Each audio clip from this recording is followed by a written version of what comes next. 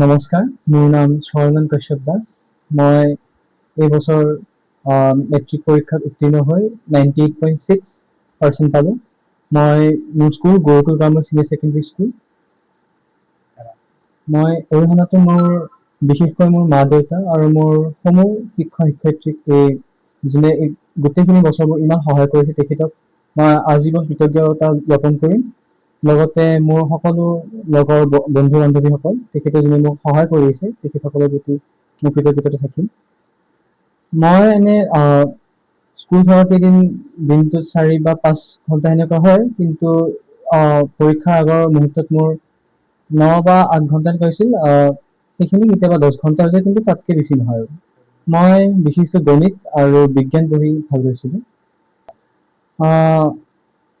প্ৰথমতে মই ক'ব বিচাৰিম মোৰ যোনটো অহা প্ৰজন্ম আছে, নিজৰ মা দেউতাৰ প্ৰতি যোনটো সন্মান থাকিব লাগে সেইটো সঁচাকৈ বহুত জৰুৰী আজিৰ যুগত।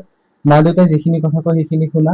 বাকী আজিৰ যুগৰ এটা নতুন কথা এটা হৈছে, মই যোনটো লক্ষ্য কৰিছোঁ, মোৰ বন্ধু বান্ধৱীসকল হয়, মোতকৈ জুনিয়ৰসকলক মানে শিক্ষক শিক্ষয়িত্ৰীসকলৰ প্ৰতি এটা সন্মানটো নাইকিয়া হৈ গৈছে লাহে লাহে। যোনটো তেখেতে সিহঁতৰ বহুত এটা কেজুৱেলি যোনটো এটা শব্দ হৈ গৈছে, সেইটো কেজুৱেলি লেটিছে, কিন্তু মই সেইটো ভাল নালাগে। কাৰণ এজন মাষ্টৰ গালি পাৰে বা যি নহওক, মাষ্টৰ যিকোনো অধ্যয়নৰ নহওক, যিকোনো বিষয় নহওক, এজন শিক্ষক সদায় শিক্ষক। গুৰুৰ আসনটো যাতে কোনেও নিব নোৱাৰে, সেই গুৰুৰ প্ৰতি সন্মানটো থকা উচিত।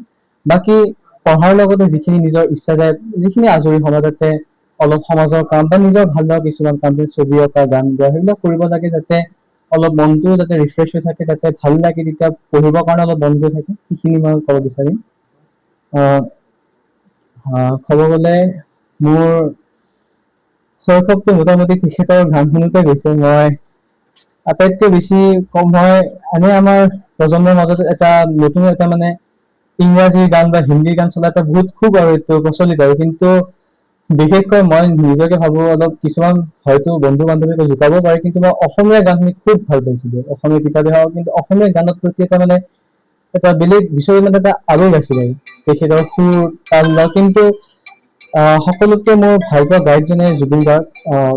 তেখেতৰ এই মৃত্যুৰ কথাটো সঁচাকৈ এইটো বহুত বেয়া লাগিছে। এইবাৰ বহুত মানে শব্দহীন আৰু কি ক'ম।